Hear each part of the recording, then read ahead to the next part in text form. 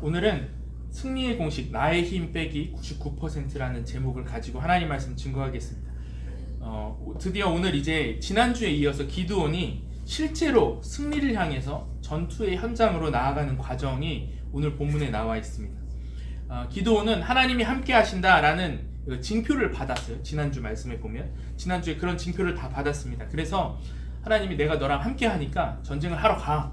그래서 이렇게 전쟁을 하러 오늘 나가는 그런 장면인데, 오늘 말씀을 보면 아이러니한 일이 벌어집니다. 하나님이 전쟁을 하러 가는 이 기드온의 군대를 어떻게 하시냐면 약하게 만드세요. 군대가 점점 줄어들고 있는 상황이 된다는 거죠. 우리의 삶도 마찬가지입니다. 우리가 이제 하나님 안에서 잘 살아보려고, 말씀대로 살아보려고 하면 이제 가정에서, 직장에서 하나님 말씀을 따라 살아보겠습니다 결단하고 나아가요. 근데 발걸음을 떼자마자 첫 걸음이 꼬이는 그런 일들을 경험하곤 합니다. 내가 아내한테 잘해야지, 내가 우리 자녀한테 잘해줘야지 라고 하고 자녀한테 말을 딱 걸면 아빠가 뭘 한다고 나한테 그런 말을 해? 라고 탁 받아치는 일들이 너무 많잖아요. 약해지고 실패하고, 저 상사가 나를 그렇게 괴롭혔는데 내가 저 상사한테 조금 하나님 마음을 가지고 잘해봐야 되겠다 라고 해서 쪽지에 포스트잇에 커피 한 잔이랑 딱 올려놨어요. 근데 상사가 가지고 어떻게 해요? 쓰레기통에 바로 버리는 거예요. 이런 일들이 우리가 많이 경험을 하지 않습니까? 왜 하나님은 우리가 나아가는 이 신앙적인 발걸음, 승리의 발걸음을 약하게 하시는가? 오늘 그 승리를 향해 나아가는 과정 속에 담겨있는 하나님의 뜻, 하나님의 지혜가 무엇인지를 살펴보도록 하겠습니다. 세 가지로 나눠서 살필 건데, 첫 번째는 승리의 첫걸음, 두 번째로는 승리의 과정, 셋째로는 승리의 완성, 이렇게 나눠서 살피겠습니다. 첫째로 살필 것은 승리의 첫걸음입니다. 오늘 기드온이 하나님이 승리 주시겠다라는 이 징표를 받은 후에 전투를 하러 간다고 했잖아요. 근데 오늘 하나님이 기드온에게 이상한 말씀을 하시는 거예요. 갑자기 야, 군대를 줄여라 이렇게 말씀을 하세요. 2절 말씀인데 함께 읽어보겠습니다. 시작. 여호와께서 기드온에게 이르시되 너를 따르는 백성이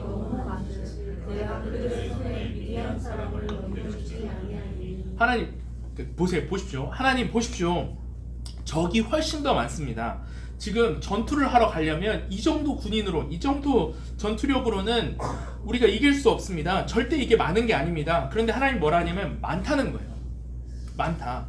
오늘 더 나아가서 하나님이 이제 하나님은 기드온에게 계속 김 빠지는 말씀을 하시는데, 군대에서 여러분 훈련을 해보신 남자분들은 알겠는데 굉장히 상황이 어려워요. 유격훈련이나 좀 이제 이런 어려운 훈련들을 가면 힘들잖아요. 힘든데 옆에서 힘들다, 그만했으면 좋겠다, 어렵다 라고 하면 어때요? 기운이 더 빠지잖아요. 더 빠져요. 그래서 말을 함부로 하는 사람을 조심해야 되는데 그런 말을 안 해야 되잖아요. 근데 하나님이 오늘 기드온한테 뭐라 하시냐면 힘든 사람 다 가라고 해, 더 줄여 라고 하신 거예요. 그래서 실제로 32,000명이 모였었는데 거기서 22,000명이 빠지고 10,000명이 남습니다. 3절 말씀인데 같이 읽어보겠습니다. 3절 말씀 함께 읽겠습니다. 시작. 이제 너는 백성의 귀에 외쳐 이르기를 누구든지 두려워 떠는 자는 길르앗산을 떠나 돌아가라 하라 하시니, 이 돌아간 백성이 22,000명이요 남은 자가 안 그래도 병력이 적고 사람이 없는데 두렵다고 하는 사람 20,000명이 빠졌어요. 근데 더 나아가서 또 줄이래요. 물가에 이제 물을 마시는, 우리가 잘 아는 테스트잖아요. 물을 마시는데 머리를 이제 무릎을 꿇고 머리를 받고 먹는 사람, 무릎을 꿇고 손으로 떠서 먹는 사람, 그런 사람들은 다 보내라는 거예요. 그리고 어떻게 하냐면 무릎을 한쪽만 끊고 손으로 움켜서 물을 먹는 사람, 경계를 하면서 먹는 사람만 남겨라, 이런 말씀을 하세요. 7절 말씀입니다. 시작. 여호와께서 기드온에게 이르시되 내가 이 물을 핥아먹은 300명으로 너희를 구원하며 미디안을 내 손에 넘겨주리니 남은 백성은 각각 자기 처소로 돌아갈 것이니라. 그래서 32,000명에서 몇 명이 남았어요? 300명이 남았습니다. 퍼센트로 따지면 몇 퍼센트가 남은 거죠? 0.93%가 남았더라고요. 그럼 1%, 잘 쳐줘서 1%라고 봤을 때 하나님은 지금 몇 퍼센트의 힘을 뺏어간 거죠? 99%의 힘을 잃게 만드셨다는 거예요. 오늘 하나님께서 승리하게 만들겠다고 약속을 하고 그 첫걸음을 내딛게 하시는데, 그 첫걸음이 뭐냐면 약해짐이라는 거예요. 하나님이 약해지게 하셨어요. 도대체 왜? 어떤 목적에서 약해지게 하셨는가? 그게 오늘의 핵심입니다. 하나님께서는 우리도 내 스스로 봤을 때 나도 모르게 빠져있는 인생의 함정을 거기로부터 끄집어내기를 원하시는데 그 함정이 뭐냐면 함께 따라해보면 좋겠는데 나의 힘과 다시 한번 나의 힘과 승리 사이에는 인과관계가 있다. 이 믿음이라는 거예요. 나의 힘과 나의 승리 사이에는 인과관계가 있다는 믿음을 깨시기를 원한다는 거예요. 이게 무슨 말입니까? 내 힘 때문에 앞으로 내가 힘이 이만큼 있기 때문에 더 큰 승리가 펼쳐질 것이다. 내 힘이 커질수록 내 승리의 확률은 높아질 것이다. 이 명제에 대해서 어떻게 생각하냐, 정원아? 멋있다고 생각해. 힘을 길러야 너무 세상의 일반적인 생각이잖아. 근데 하나님 오늘 기도원을 통해서 뭐라 하시냐면 기도원 너 그 인과관계부터 깨야 돼. 이 말씀을 하신다는 거야. 네가 가진 힘으로부터 승리가 주어지는 게 아니야. 네가 예측하는 그 방식으로 그 병력으로 승리가 주어지는 게 아니야. 2절 말씀을 다시 한번 읽어보겠습니다. 시작. 여호와께서 기드온에게 이르시되 너를 따르는 백성이 너무 많은즉 내가 그들의 손에 미디안 사람을 넘겨주지 아니하리니 이는 이스라엘이 나를 거슬러 스스로 자랑하기를 내 손이 나를 구원하였다 할까? 이게 핵심이라는 거예요. 이스라엘이 스스로 내 손이 나를 구원하였다. 이게 무슨 말이에요? 내 힘이 셌으니 내가 스스로를 구원하였다. 인과관계를 얘기하고 있는 거예요. 내 힘이 강해서 힘을 강하게 하면 미디안을 이길 수 있을 것이다. 이게 기드온이 징표를 받고 나서도 하나님과 함께 하고 나서도 여전히 빠져 있었던 함정이라는 겁니다. 언제나 사람들은 하나님이 아닌 어떤 힘을 딱 붙들고 자기만의 이 결과를 이루기 위해서 이 근거를 계속 키워나가길 원한다는 거예요. 이 힘을 근거로 자기의 결과를 예측한다는 거예요. 이 인과관계의 양면성이 우리를 어떻게 묶는지 우리가 그걸 좀 살펴봐야 되는데 우리가 가진 여러 가지 힘들이 있습니다. 내가 이 정도의 외모를 가졌으니까, 내가 이 정도의 어떤 기술을 가졌으니까, 이 정도의 스펙을 가졌으니까 적어도 이 자리에 나가서는 내가 꿀리지 않고 어느 정도 해갈 수 있을 거야. 성공할 수 있겠지. 내가 부모님께 혹은 아내에게, 자녀에게 내가 이렇게 잘해줬으니까 이제 부모님의 인생은 행복하겠지? 내 아내는 더 좋아하겠지? 자녀도 문제를 안 일으키겠지? 내가 이렇게 기도했고 이렇게 잘했으니까 나를 잘 따라와 주겠지? 내가 가진 힘을 근거로 예측합니다. 또 반대로 우리가 예수를 믿는 사람으로서 하나님이 주신 확신도 있고 우리 안에 믿음도 있어요. 그런데 내 삶을 살아내 가야 하는, 말씀대로 살아내 가야 하는 그 순간 마주하는 패배의 두려움이 있죠. 내가 만약 실패하면 어떡하지? 내가 가진 능력으로는 부족한데 말씀으로 살았다가 내가 손해를 당하면 어떡하지? 저 사람이 나보다 훨씬 뛰어난 것 같은데 이 말씀으로 내 능력으로는 전혀 감당할 수 없을 것 같은데 이런 마음이 우리에게 찾아온다는 거예요. 그래서 때로는 위축되고 때로는 굴복하고 때로는 어느 때는 분노하고 우리를 두려움에 사로잡는 그 믿음이 무엇이냐면 힘과 승리에는 인과관계가 있다라는 믿음이 우리 안에 이미 자리 잡혀 있다는 겁니다. 그래서 이 시대의 문화 속에 문화의 목소리가 우리를 속이는 방법이 뭐냐면 힘이 있어야 승리하는 거야. 그러니까 힘을 길러야 돼. 이 명제를 우리에게 심어주면서 거기에 집착하게 만든다는 거야. 그럼 이제 정환아 네가 얘기했던 거지. 아니 목사님 힘이 승리하려면 힘이 있어야죠. 우리 인생이 다 그런 거 아닙니까? 강해야 승리해야죠. 그런데 우리가 가진 힘으로 승리해야만 한다는 이 프레임 안에 우리가 갇히는 순간 우리는 우리 인생의 약함이나 예상 밖의 상황들이 벌어질 때마다 그것을 절대 받아들이지 못할 거예요. 여러분 지난 한 주간 한번 돌아보십시오. 여러분을 조급하게 만들고 여러분을 분노하게 만들고 좌절하게 만들고 또 나를 인정하지 않는 그 사람에게 내가 복수해야 된다. 내가 나를 스스로 증명해야 된다. 내가 원하는 상황과 결과가 도출돼야만 안정이 되는 나도 모르게 이 튀어나오는 내 감정 그것이 어디서부터 오느냐? 여러분들의 성품이 나쁜 게 아니에요. 그건 이미 여러분들 마음 안에 내 힘과 내 승리에 인과관계가 있다라는 믿음이 이미 자리 잡고 있다는 거예요. 오늘 하나님은 그걸 끄집어내고 싶으신 거예요. 그러면서 뭘 말씀하시냐? 하나님이 주시는 승리는 하나님의 승리는 내 힘과 관계없다. 이걸 말씀하신다는 거예요. 목사님, 그럼 하나님이 주신 승리가 뭔데요? 간단합니다. 하나님이 주신 승리가 뭐냐면 함께 따라했으면 좋겠습니다. 하나님의 방식으로 내게 주시는 복. 네, 하나님의 방식으로 내게 주시는 복. 이게 승리라는 거예요. 그거는 내 힘과는 전혀 관계가 없다는 겁니다. 결코 하나님은 우리의 삶을 약하게 만드셔서 하나님이 우리에게 예비하신 복을 빼앗아 가거나 그것을 취소되게 만들거나 없어지게 하시는 분이 아니라는 거예요. 외국계 투자은행 맥쿼리라는 곳에 계셨던 한 여성분의 이야기인데, 이분이 미국에 있다가 한국으로 하나님이 날 부르시는 것 같다 해서 한국으로 귀국을 했습니다. 하나님의 부르심을 따라서 한국에 꿈을 안고 들어왔어요. 근데 이분이 외국계에서 있다 보니까 커리어가 굉장히 대단했습니다. 골드만이랑 일하고 뭐 이런 커리어가 있는 사람이었어요.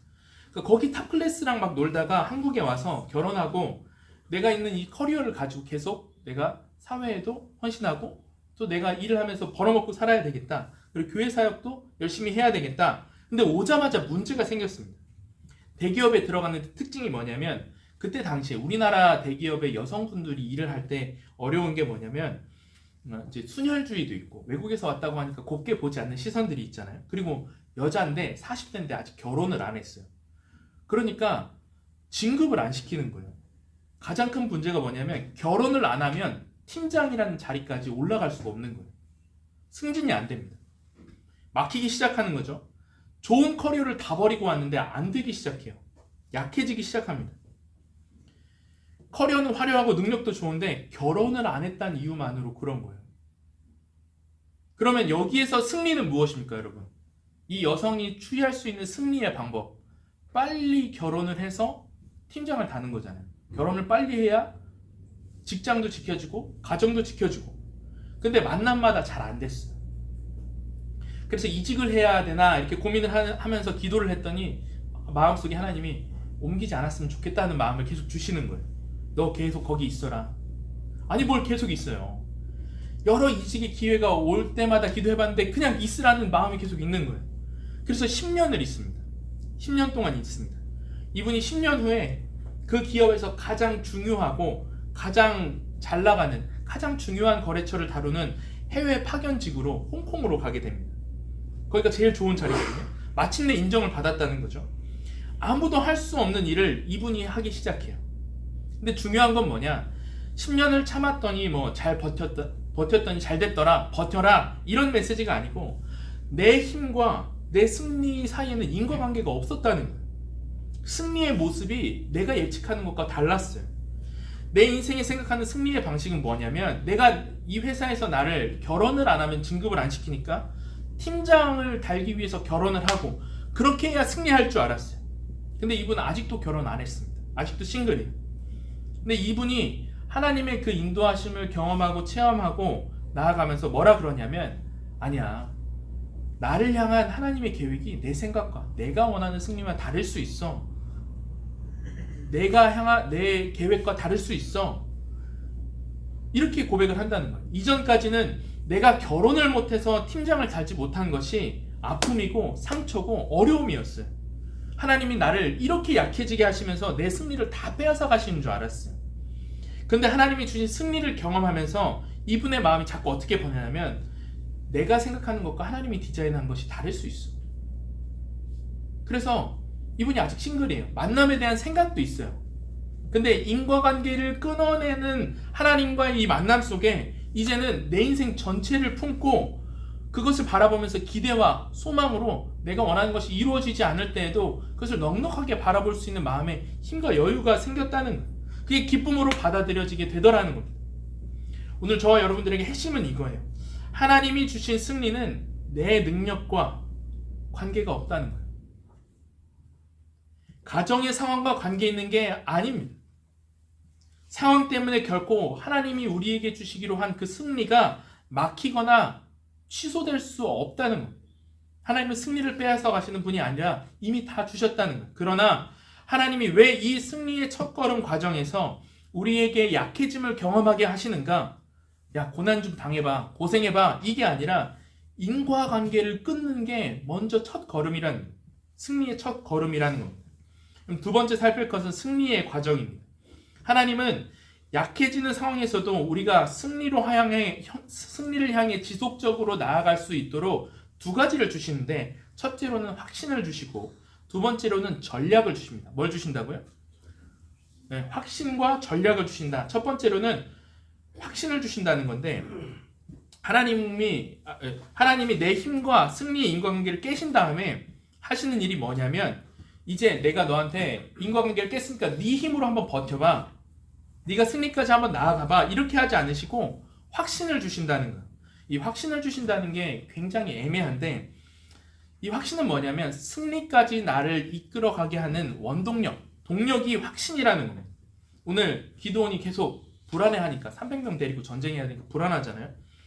그러니까 하나님이 확신을 주십니다. 기드온에게 뭐라 하냐면, 너 전쟁에 나가서 전장에 미리 들어가서 사람들의 얘기를 들어봐봐, 잠깐 거기 갔다 와봐. 그래서 그 말을 듣고 기드온이 가서 적진에 가서 얘기를 들었는데, 기드온의 마음이 두려움에서 확신으로 변하게 되는 일이 나옵니다. 9절부터 11절까지 말씀 한번 읽어보겠습니다. 시작. 그 밤에 여호와께서 기드온에게 이르시되 일어나 진영으로 내려가라. 내가 그것을 내 손에 넘겨주었느니라. 하나님이 이 말만 하신 게 아니에요. 다음 절 뭐라 하시냐면, 만일 내가 내려가기를 두려워하거든 내 부하와 함께 그 진영으로 내려가서 그들이 하는 말을 들으라. 그 후에 내 손이 강하여져서 그 진영으로 내려가리라 하시니, 그들의 하는 말을 들으면 네 손이 강해질 거야. 그래서 가봤더니 적진에서 말소리가 들려요. 두 병사가 얘기를 하는데, 내가 어제 꿈을 꿨는데 빵 한 덩이가 우리 진영으로 굴러 들어와서 진영이 폭삭 망했잖아.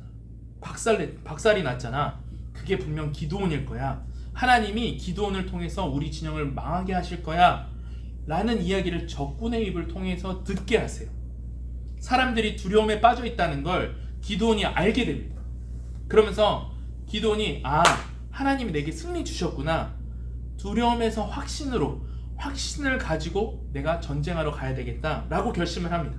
하나님이 약해지면서 승리를 향해 나아가게 하실 때 결과가 나타나기 전에 우리에게 뭘 주시냐면, 우리의 삶에도 동일하게 뭘 주신다고요? 확신을 주십니다. 힘이나 어떤 상황이나 판세를 보면서 이렇게 될 법한, 그게 아니라 우리의 삶에 영적인 임재, 우리가 경험해보지 못하는 임재가 나타나는, 그게 확신이라는 거예요. 그럼 이제 질문이죠. 목사님, 기드온은 이 구약의 어떤 전쟁이라는 특수한 환경이 있었고, 그 환경에서 어떤 병사들의 말을 들었지만, 저는요, 이 신약 시대의 확신이 무엇입니까? 이 시대를 살아가는 우리에게 확신이 뭐예요? 그냥 아무렇게나 이거 될 것 같아, 그런 느낌인가요? 이 구원의 확신을 이 시대는 어떻게 주시냐면 성령을 통해서 주신다라고 이야기를 해요. 성령을 통해서. 예수님을 믿고 예수 안에 거하면 나타나는 특징이 뭐냐면, 예수의 영이신 성령이 내 마음속에 들어오셔서 중요하게 하신 일이 있는데, 그게 뭐냐면 성령을 통해서 확신을 주신다는 거예요. 내게 승리를 주신다. 구원의 확신, 승리의 확신을 주신다는 겁니다. 굉장히 뭉뚱그려져 있는 이야기 같은데 여러분 잘 들어보세요. 그래서 신약에서 확신은 성령의 사람이 받은 능력을 이야기합니다. 이 성령을 뭐라 이야기하냐면, 그래서 성경에서는 성령을 받았느냐? 그러면 보증금을 받은 것이다, 이렇게 얘기를 해요. 그럼 보증금이 뭐예요? 우리가 집을 계약할 때 어떻게 해요? 내가 이 집을 살 거예요. 그것을 당신도 내가 이 얘기를 들었고 이 집은 내가 살 거라는 걸 인지했습니다라고 하는 증거로 주는 게 보증금이잖아요. 그걸 확정짓기 위해서. 그래서 10% 1억에 10% 1,000만 원을 걸죠. 보증을 거는 것, 그게 성령이야, 이렇게 이야기를, 그 단어를 써요. 보증이라는 단어, 헬라어를 그렇게 써요. 고린도후서 1장 21절 22절인데 이렇게 돼 있습니다. 같이 읽어볼게요. 시작. 우리를 너희와 함께 그리스도 안에서 굳건하게 하시고 우리에게 기름을 부으시는 이는 하나님이시니, 그가 또한 우리에게 인치시고 보증으로 우리 마음에 성령을 주신다. 이 보증이라는 단어가 보증금 할 때 쓰는 그 단어라는 거예요. 보증을 걸었다. 내가 그 결과 내가 이 집을 곧 살 거니까 이 집은 이제 내 거가 될 것이다 라는 보증으로 1,000만 원을 걸었다 라는 것처럼, 그 보증으로 우리한테 성령을 주셨다는 거예요. 우리의 마음에 성령을 주셨다. 우리에게 너희가 승리할 거야. 너희의 삶에 하나님이 주신 승리가 계속될 거야 라는 것을 보증하는 게 뭐라고요? 성령이라는 거예요. 그래서 우리가 기도의 자리에 나아갈수록 내 마음에 성령이 충만하다. 하나님께서 내 안에 거하신다. 성령께서 내 안에 우리의 삶에 일하신다라는 그 증거, 확신의 증거가 뭐냐면 성령이 임한다는 겁니다. 하나님이 이 일에 대해서 하나님이 함께 하실 것입니까? 계속 깊이 기도하다 보면 하나님께서 뭔가 신비한 체험, 방언, 그럴 수도 있겠죠. 그런데 더 중요한 건 뭐냐면 성령을 우리에게 주신다는 겁니다. 내가 체험해 본 게 아니라 이게 한 번도 경험해 보지 않는 그 성령의 충만함을 우리가 경험한다는 겁니다. 이 확신이 우리에게 생긴다는 거예요. 근데 문제는 뭐냐면 이 확신은 그냥 생기는 게 아니에요. 개인이 사모해야 생길 수 있는 일이라는 겁니다. 그래서 오늘 기도원도 오늘 약함 중에 뭘 했어요? 직접 전장에 내려가서 그 이야기를 듣고 왔잖아요. 말씀에 순종하면서 확신을 받게 됐죠. 이 시대에도 마찬가지입니다. 우리가 하나님을 믿잖아요. 하나님을 믿어요. 그리고 여러분 죽으면 천국 갈 것 같으세요? 이렇게 목사가 물어보면 되게 부담스러워 하시더라고요. 예수님이 저를 위해서 죽으셨으니 천국 가겠죠? 죽으셨다는 거 믿어요. 여러분 그러나 우리가 그렇게 해서 천국은 갈 수 있을지 몰라도 확신이 없을 수 있다는 거예요. 웨스트민스터 신앙고백서 18장 3절에 뭐라 되어 있냐면 이렇게 되어 있습니다. 제가 보고 되게 인사이트를 많이 얻었는데 같이 한번 읽어볼게요. 시작. 이 절대적인 확신은 믿음의 본질에 속할 정도는 아니라. 무슨 말이에요? 이게 구원과는 연결되어 있지 않는다는 거예요. 이것 때문에 우리가 구원을 받고 안 받고의 문제가 아니라는 거예요. 믿음의 본질에 속할 정도는 아니라서. 그 다음에 뭐래요? 참된 신자라도 확신에 참여하기까지 오래 기다리고 많은 어려움과 싸우기도 한다. 확신의 과정은 내 사모함에 달려 있다는 겁니다. 이어서 읽어보겠습니다.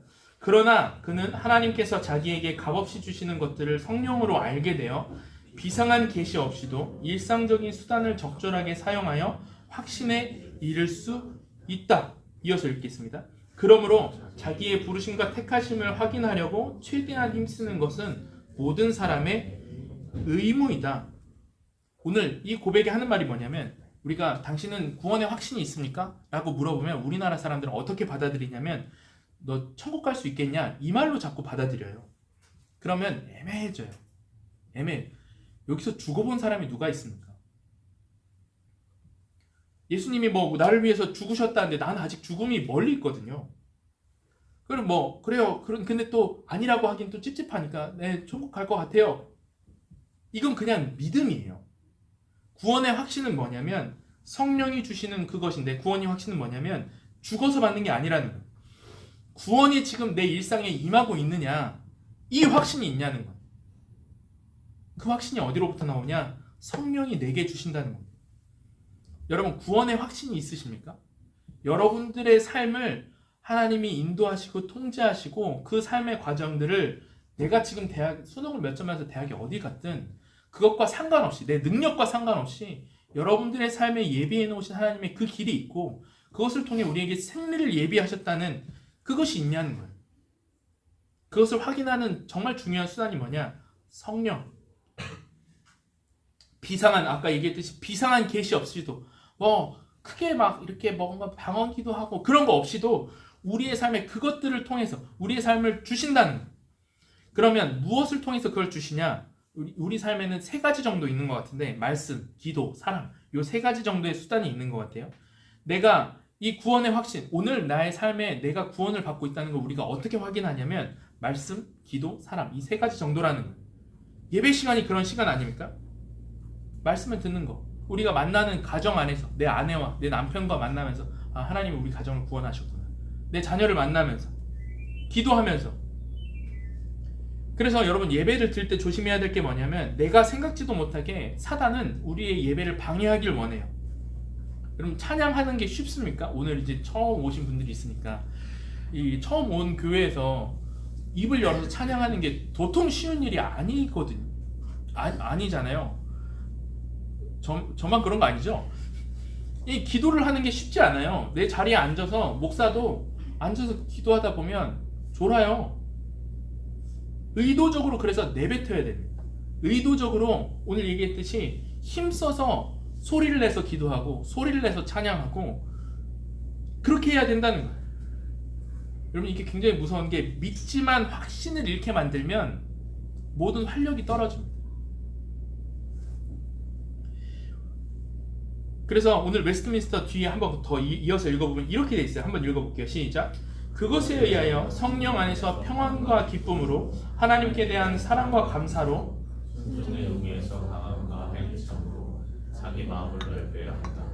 이 확신은 조금도 사람들을 방종에 기울게 하지 않고 이렇게 합당한 열매들을 맺는다. 우리의 삶에 열매를 맺어가는 과정에서 우리가 입을 열지 않으면 우리가 그렇게 살아가려고 우리 마음을 움직이지 않으면 사모하지 않으면 우리가 구원받을 수 있죠. 죽어서 천국 갈 수 있습니다. 그런데 기쁨 없이 평안 없이 확신 없이 그렇게 구원받을 수 있다는 거예요.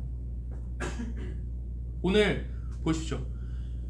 기드온의 상황이 바뀌었습니까? 그 이야기를 듣고 그 병사들의 이야기를 듣고 기드온의 상황이 바뀌지 않았어요. 여전히 300명이었고요.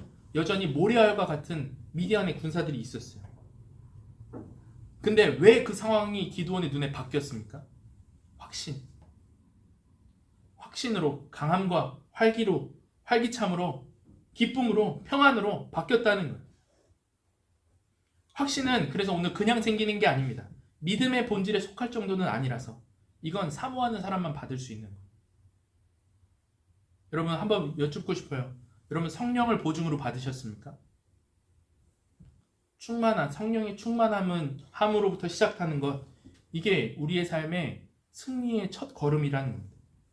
두 번째로는 전략인데 하나님 전략을 주신다는 건데 하나님이 이 약함 속에서 우리를 이끌어 가실 때 하나님의 승리를 주실 때 이 전략을 주시는데 오늘 미디안을 두려워해서 기드온이 어떤 사람이었냐면 포도주 틀에서 타작을 했던 사람이에요. 자기 곡식 뺏길까봐. 근데 기드온이 뭐라고 하냐면 야, 봐. 내가 하는 대로만 해. 나만 봐. 내가 하는 대로 따라해. 다른 사람한테 그렇게 얘기를 하기 시작해요. 16, 17절 이렇게 되어 있습니다. 같이 읽겠습니다. 시작. 300명을 세대로 나누어 각 손에 나팔과 빈 항아리를 들리고 항아리 안에는 횃불을 감추게 하고 그들에게 이르되 너희는 나만 보고 내가 하는 대로 하되 내가 그 진영 근처에 이르러서 내가 하는 대로 나팔을 들고 항아리를 들고 항아리 속에 횃불을 숨겨서 그리고 내가 하는 대로 따라해라 이렇게 얘기를 해요. 그래서 새벽에 그 전장에 들어가서 항아리를 깨치고 횃불을 들고 소리를 지르면 나팔을 불고 소리를 지르면 이 군대가 다 흐트러지고 군대가 외부에서 쳐들어온 줄 알고 서로 죽이게 될 거야. 서로 쓰러뜨리게 될 거야.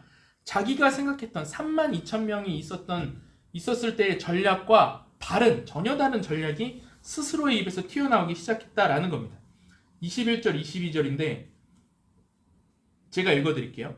각기 제자리에 서서 그 진영을 에워싸매 그 온 진영의 군사들이 뛰고 부르짖으며 도망하는데 300명이 나팔을 불 때에 여호와께서 그 온 진영에서 친구끼리 칼로 치게 하심으로 목사님 특이한 전략이 생각나서 사업에 성공했다. 특별한 아이디어가 떠올랐다. 이거는 믿지 않는 사람들도 있는 거 아닙니까? 이게 하나님이 하신 건지 아닌지 어떻게 알아요?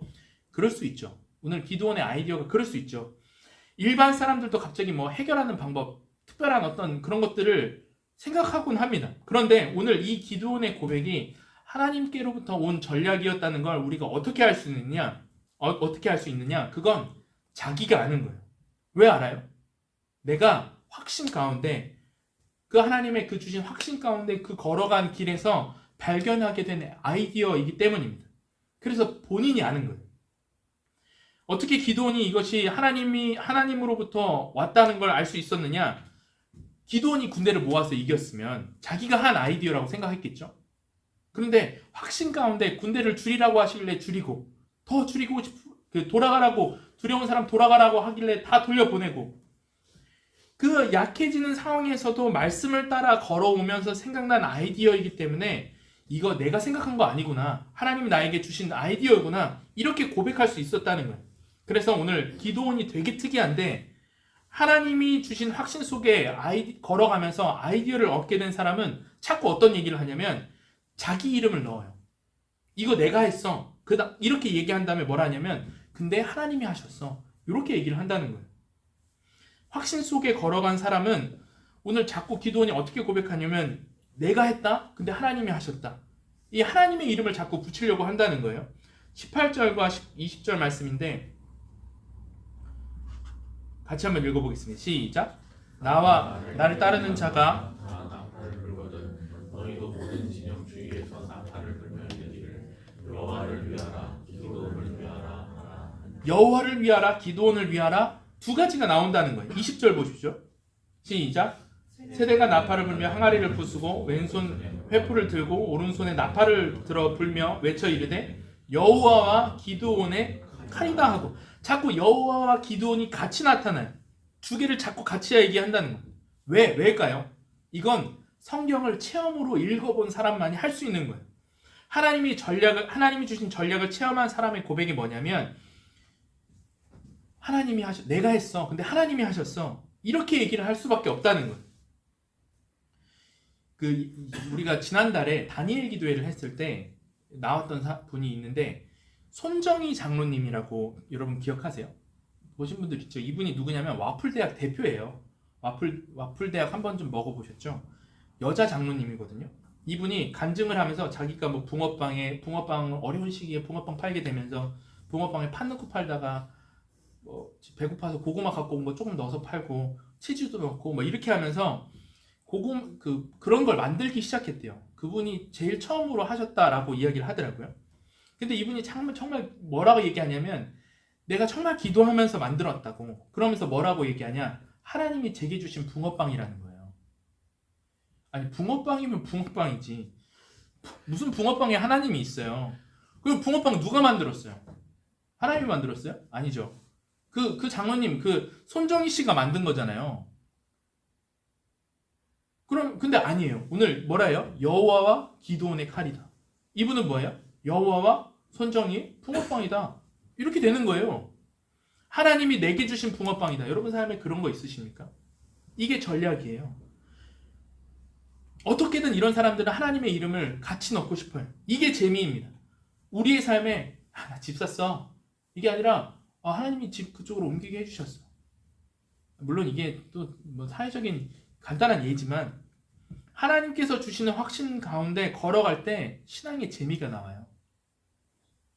제가 박사 논문 쓸 때도 기억이 나는데 박사 논문을 쓰면서 심사를 2번을 받습니다. 예심을 받고 본심을 받아요. 첫 번째 심사 예심인데 그때는 같은 학교 교수들이 들어옵니다. 다 저를 아는 사람들이에요. 그러면 이제 어느 정도 이런 거 수정해라 이렇게 얘기를 하고 점수를 잘 주겠죠. 그리고 본심을 보는데 그때는 외부 교수가 들어와요. 저를 모르는 다른 학교 교수가 들어옵니다. 그러면 이제 외부 교수들이 들어와서 어떻게 하겠어요? 자기 학교의 명예도 있고 하니까 깐깐하게 볼 거 아니에요. 근데 이제 가서 심사를 보러 들어가서 보니까 교수님이 두 분이 앉아 계신데 총 5명이 앉아 있는데 한 분이 저희 아버지가 박사인데 저희 아버지 논문을 심사했던 교수님이 거기 와서 앉아 있는 거예요. 그러니 너 누구 아들이지? 라고 얘기를 하는 거예요. 그리고 그 교수님이 마침 제가 썼던 그 부분에 대한 논문에 대해서 책을 또 쓰고 있었어요. 그러니까 너무 자료를 잘 썼다고, 너무 좋은 자료를 찾았다고, 그리고 질문을 별로 하지 않고 그냥 넘어갔어요. 여러분 논문 심사 누가 봤죠? 제가 봤죠. 제가 들어가서 봤잖아요. 누가 통과하게 하셨어요? 하나님이 통과하게 하셨어요. 왜 하나님이 그 사람이 들어오게 하셨겠냐고요. 이거예요, 여러분. 여호와와 기드온의 칼이다. 여호와와 손정희의 붕어빵이다. 여호와와 박현석의 논문이다. 이게 있냐고요. 누가 논문 썼어요? 제가 썼죠. 여러분 직장을 누가 다녀요? 내가 다니죠. 여러분이 다니죠. 그러나 그 자리에서 하나님이 나에게 아이디어 주셨어요. 아이를 누가 키워요? 내가 키우죠. 엄마들. 저희 아들만 셋이거든요. 아이 키우다 보면 아이 키울 때 누가 키워요? 여호와와 조한나의 박필립이다. 누구 아이? 하나님과 같이 키우는 거. 그 아이디어가 떠오르는 거. 약해지면서 인과관계를 끊으면서 이거 하지 못하면 내 힘으로 논문 이거를 우리가 이어가지 못하면 어떻게 돼요? 내 힘으로 논문 썼다. 내 힘으로 붕어빵 만들었다. 내 힘으로 여기까지 왔다. 우리가 그거 못 끊어낼 거라는 거예요. 하나님이 이 승리를 주시길 원한다는 겁니다. 마지막 세 번째, 승리의 완성입니다. 반주를 좀 해주세요. 목사님, 그러면 결론은 그거네요. 저보고 기드온처럼 살라는 거 아닙니까? 너도 기드온처럼 하면 승리할 것이다. 여러분, 이거는 성경을 잘못 읽은 거예요. 이건 희망 고문입니다. 솔직히 우리 말해봅시다. 여러분, 설교를 들었다 해서, 이런 설교를 들었다 해서 여러분들의 삶이 스펙타클하게 그렇게 변하고 여러분들 그런 삶에 도전할 만한 용기가 확 생길까요? 그렇지 않습니다. 이 자체가 희망 고문이에요. 이렇게 읽으면 성경은 희망 고문이 됩니다. 그래서 오늘 성경은 우리 보고 너 기드온처럼 살아 라고 이야기를 하는 게 아니에요. 성경의 핵심 메시지는 뭐냐면 넌 기드온이 아니야. 이게 메시지예요. 그 다음 메시지가 뭐냐면 그래서 넌 기드온이 아니니까 너를 위해서 새로운 기드온이 올 거야. 이게 메시지예요. 구약 성경은 이렇게 읽어야 합니다. 목사님, 내가 부르지도 않았는데 기드온이 왜 와요? 하나님을 부르지 않으면 결국 우리 인생은 내 힘과 내 승리의 이 인과관계에 갇혀서 힘을 쫓아 살아가겠죠. 어떨 땐 내 힘으로 승리를 쟁취하기도 할 거예요. 그러나 우리의 삶에 마지막에 찾아오는 내가 가진 1%의 힘마저 없어지는 그 순간이 옵니다. 그 순간이 무엇입니까? 죽음입니다. 인과관계 속에서 멸망할 나의 삶을 아시고 새로운 승리를, 영원한 승리를 가져다 주시기 위해서 오신 분이 계세요. 두 번째 기드온, 그분이 누구십니까? 예수 그리스도이십니다. 예수님이 이 땅에 오셔서 하신 일이 뭐냐면 나의 힘이 1%조차 남지 않은 그 상황을 바라보셨어요. 그래서 내 인생에 당면해야 될 죽음, 미디안과의 이 마지막 싸움을 주님이 보셨어요.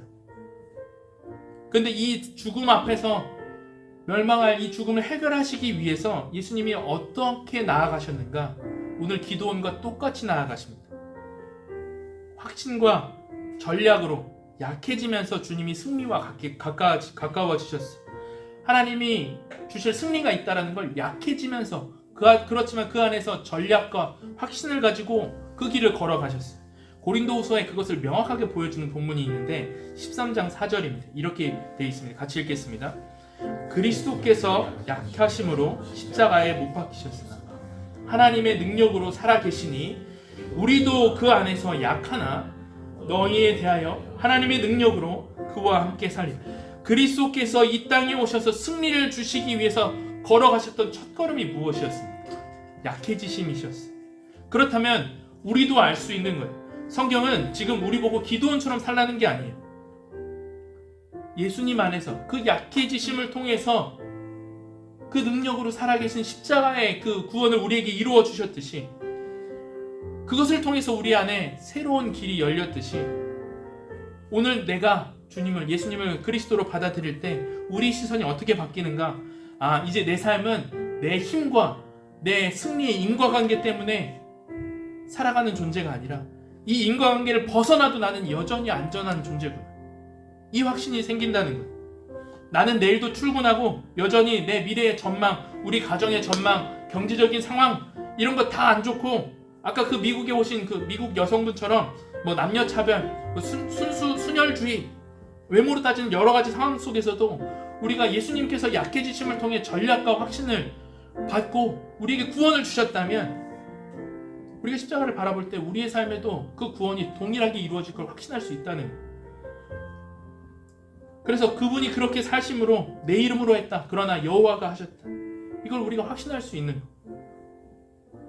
여러분들의 삶에 약해짐이 보일 때마다 여러분 그 가운데 그 약해짐을 하나님께서 나를 인도해 가신 승리의 과정으로 바라보셨으면 좋겠습니다.